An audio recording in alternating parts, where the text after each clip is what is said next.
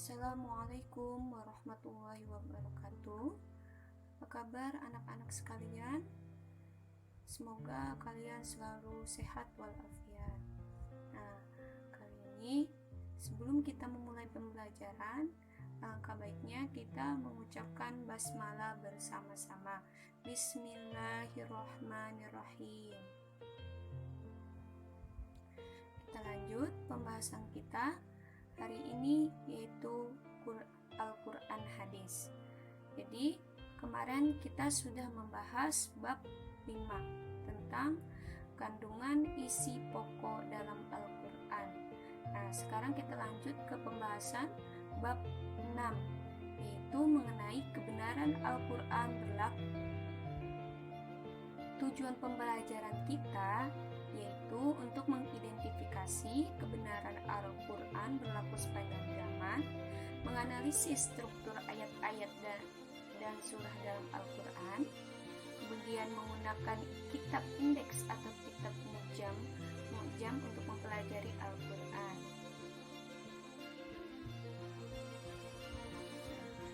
Lanjut, ada yang masih ingat nih? Ada yang masih ingat apa itu Al-Quran? Kapan Al-Quran diturunkan? Di manakah diturunkannya Al-Quran? Dan apa saja isi pokok kandungan Al-Quran? Silakan anak-anak sekalian, para siswa sekalian, jawab dulu pertanyaan dari Ibu.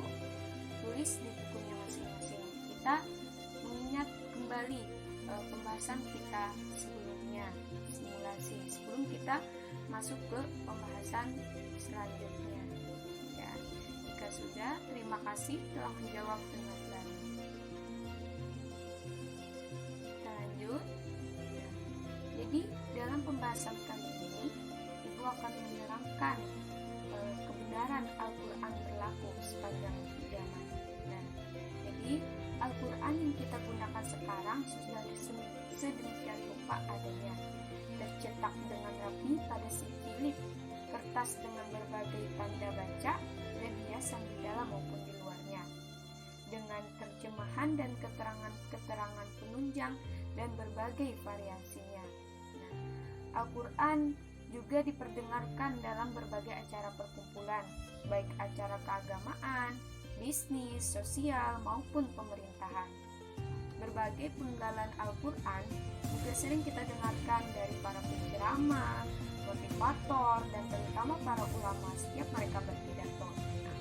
Tentu saja ketika kita nonton TV, nonton ceramah Ustadz Abdul Somad, Ustadz Adi Hidayat, mereka selalu mendasarkan pidato itu ada menyebutkan penggalan ayat Al-Quran. Terus, pernahkah kita berpikir bagaimana mereka menggunakan kutipan-kutipan Al-Quran dalam setiap pembicaraan mereka? Nah, ini Ibu akan menjelaskan. Kita akan belajar struktur Al-Quran, juga cara mencarinya, juga menggunakannya, dan juga menghafalkannya. Jadi, kali ini Ibu akan menjelaskan kepada kalian struktur dalam Al-Quran dan cara mencarinya, terus cara menggunakan Al-Quran, kemudian menghafalkannya. Nah, pembahasan pertama adalah komposisi dan pembagian Al-Quran. Pembahasan kedua tentang makiyah dan madaniyah. Kemudian makro atau ruku. Pembahasan keempat yaitu lafaz basmalah. Kemudian pembahasan yang terakhir adalah mujam atau dalam kurung kamus kumpulan. Nah, yang pertama, Ibu akan menerangkan tentang komposisi dan pembagian Al-Quran. Apa sih itu komposisi? Komposisi itu adalah unsur, isi di dalam Al-Quran itu. Jadi Al-Quran yang seperti sudah kita ketahui bahwa Al-Quran adalah pedoman hidup agama orang-orang Islam, orang-orang Muslim. Al-Quran adalah kitab Allah yang diturunkan kepada Nabi Muhammad melalui perantaran malaikat Jibril. Nah, yang berlaku sampai sekarang. Jadi Al-Quran ini bukan dibuat oleh tangan manusia, tetapi udah dari Allah langsung wahyu dari Allah, tidak dibuat dari tangan manusia. Al-Quran terdiri atas 114 surah dan 30 juz. Nah, dan 6.236 ayat menurut riwayat Imam Hafiz, dan bahkan dikatakan bahwa Al-Quran itu terdiri dari 6.666 ayat. Nah, pendapat ini pernah disampaikan dalam sebelumnya, sudah Ibu terangkan bahwa dalam Al-Quran itu ada 114 surah dan juga 30 juz dalam Al-Quran itu, dan ada ayatnya itu 6.666 ayat yang sering terkenal itu. Kemudian kita lanjutkan. Secara umum Al-Quran terbagi menjadi 30 bagian yang dikenal dengan nama juz. Nah, bukan juz mangga, juz alpukat, bukan, tapi juz. Nah, pembagian juz memudahkan mereka yang ingin menuntaskan pembacaan Al-Quran dalam kurun waktu 30 hari. Nah, jika anak-anak sering nih, para siswa sering melihat membaca Al-Quran. Nah, dalam Al-Quran itu tidak lebih, tidak kurang, hanya 30 juz disebutkan di atasnya tuh. Nah, kemudian di atas di dalam Al-Quran tersebut. Nah, kemudian pembagian ini paling terkenal karena digunakan seluruh dunia dan ditandai dengan jelas oleh setiap percetakan dan penerbitan Al-Quran.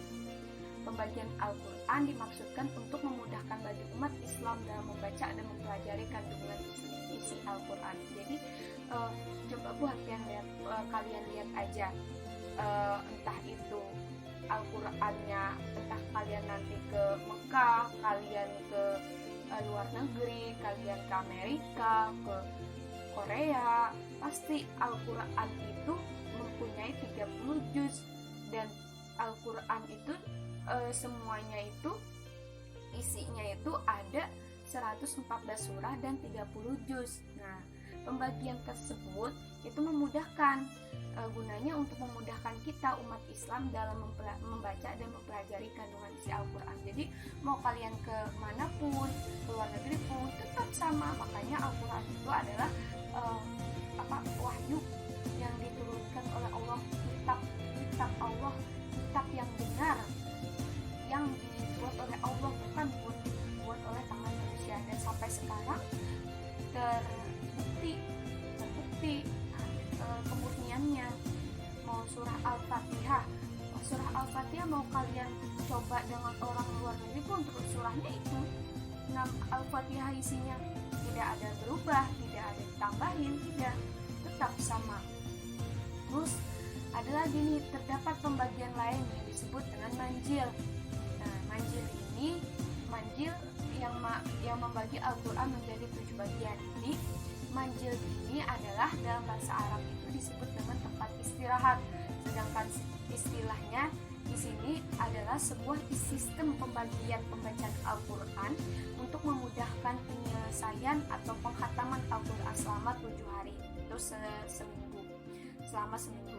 Jadi manjil ini adalah pembagian Al-Quran lagi kepada yang lebih sempit. Maksudnya untuk mempercepat kita menyelesaikan hataman Al-Quran, menyelesaikan pembacaan Al-Quran dengan mudah, yaitu dengan kurun waktu 7 hari, yaitu selama 1 minggu. Kita bisa tamat dengan menggunakan target kita menggunakan pembagian manjil ini dengan manjil. Nah, di sini Ibu terangkan manjil itu, manjil 1, manjil 2, manjil 3, manjil hari pertama, kedua, ketiga sampai seminggu, 7 hari. Kan kita dalam waktu itu, dalam seminggu itu tidak ada yang 8 hari, yaitu 7 hari semuanya. Nah, kenapa manjil ini? Agar mempermudah, agar mempercepat dalam penghataman Al-Quran. Tetapi dalam membaca Al-Quran kita juga harus menggunakan tajwid, harus menggunakan tahsin, tartil, panjang pendeknya juga. Nah, jangan toh kita mau selesai target 7 hari mempercepat, tetapi bacaannya tidak benar, panjang pendeknya salah, itu akan berakibat fatal. Kenapa? Nantinya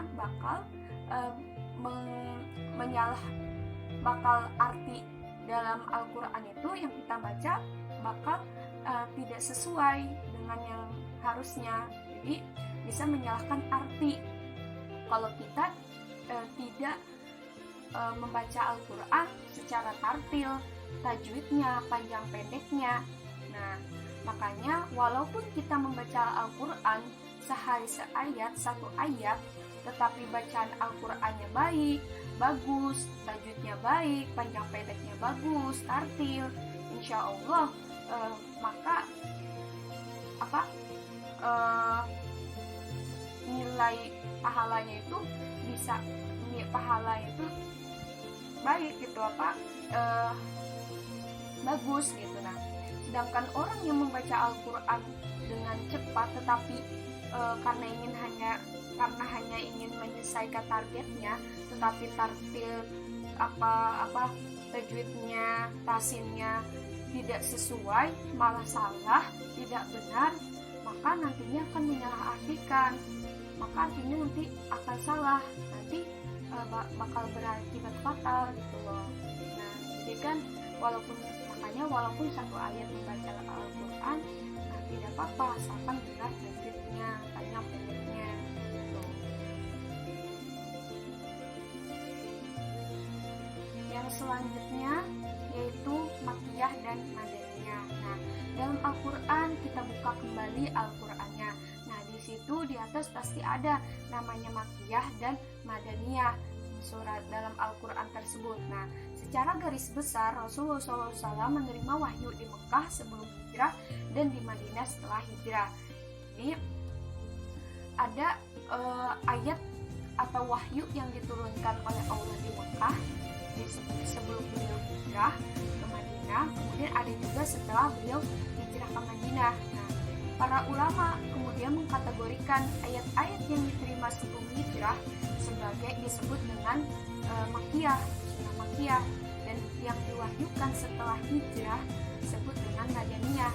Nah, walaupun diwahyukannya itu diturunkan ayat itu di Mekah, tetapi sesudah hijrah ke Madinah maka itu tetap disebut dengan Madaniyah. Itu seperti pada waktu Haji Wada. Kemudian ada lagi, namun ada juga ulama yang berpendapat bahwa Makkiyah adalah ayat-ayat yang diterima Rasulullah SAW di Mekah meskipun setelah hijrah ke Madinah. Sedangkan Madaniyah adalah ayat-ayat yang diterima Rasulullah SAW di Madinah. Nah, pembagian berdasarkan fase sebelum dan sesudah hijrah dianggap lebih tepat sebab terdapat surah Madaniyah yang turun di Mekah. Jadi yang lebih tepat itu disebut fase yang sebelum dan sesudah hijrah karena adanya surah Madaniyah yang turun di Mekah, terdapat surah Madaniyah turun di Mekah. Nah, jadi yang kategori pertama yang lebih lebih dianggap tepat gitu. Tetapi dalam kita mengetahui apakah ini disebut surah Makkiyah dan Madaniyah, apakah ayat ini turun di Mekah atau di Madinah, itu kita lihat dulu ciri-cirinya. Apakah surah ini disebut surah Makkiyah atau surah Madaniyah, kita lihat ciri-cirinya. Nah, ciri-ciri surah Makkiyah. Nah, ciri-ciri surah Makkiyah itu ada surah-surah pendek, ayat-ayatnya pendek, membahas prinsip keimanan dan akhlak.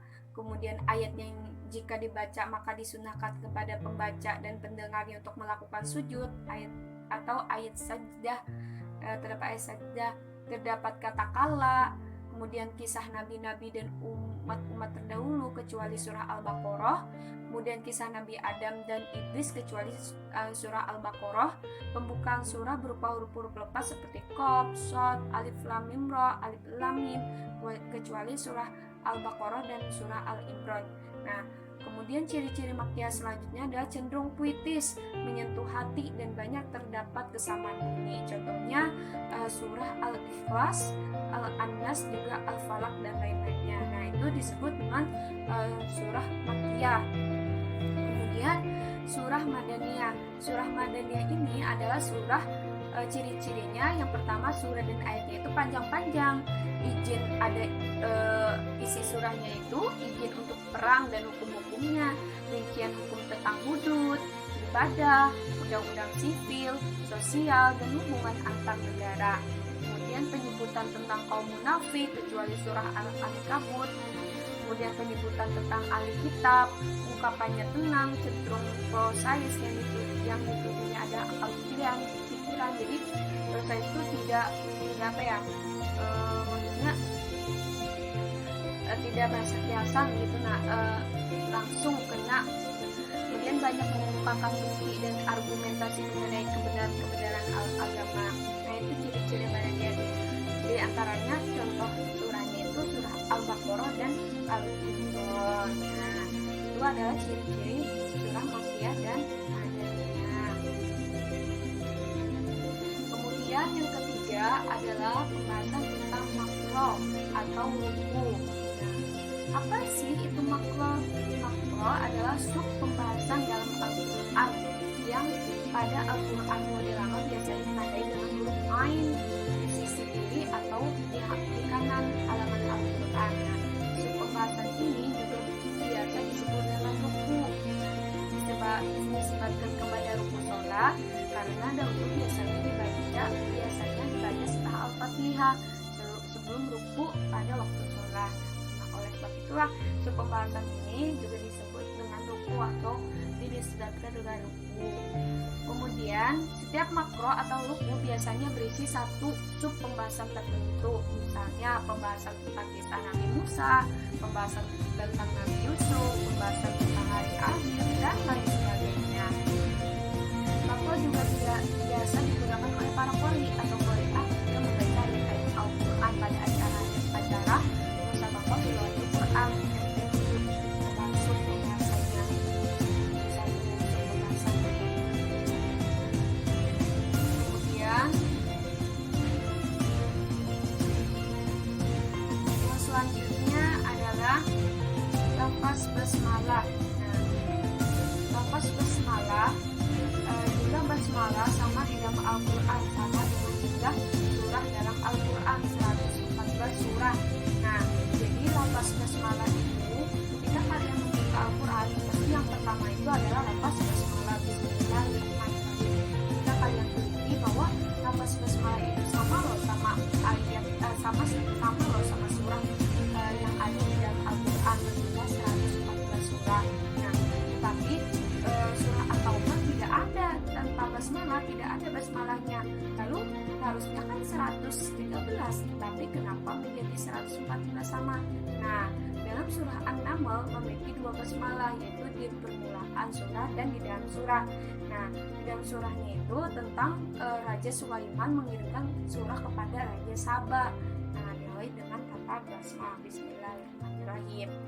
Kemudian yang kelima adalah mujam atau dalam kurung kamus kumpulan. Nah, untuk mencari ayat-ayat yang berhubungan dengan suatu istilah tertentu biasanya digunakan kamus khusus Al-Quran yang biasa disebut sebagai mujam. Kamus-kamus Al-Quran ini biasanya digunakan biasanya menggunakan daftar isi untuk mengumpulkan daftar bahasan-bahasan tertentu dalam Al-Quran. Di antara kitab-kitab kamus Al-Quran yang terkenal adalah kitab Al-Mujam. Al-Makasih. Thank you. Alhamdulillah pembahasan kita dalam bab 6 ini sudah selesai. Jika ada pertanyaan atau kalian tidak paham, silahkan kalian komen di channel YouTube Ibu. Jangan lupa like, subscribe and comment. Jika kalian masih ada yang tidak paham atau mau bertanya, silahkan kalian komen di YouTube Ibu. Bisa dari YouTube, IG, dan Facebook Ibu.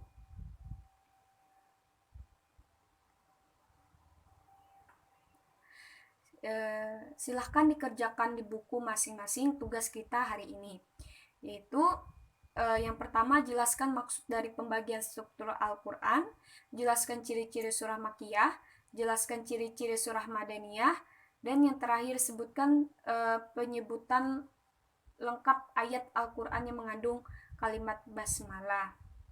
Nah, itu saja.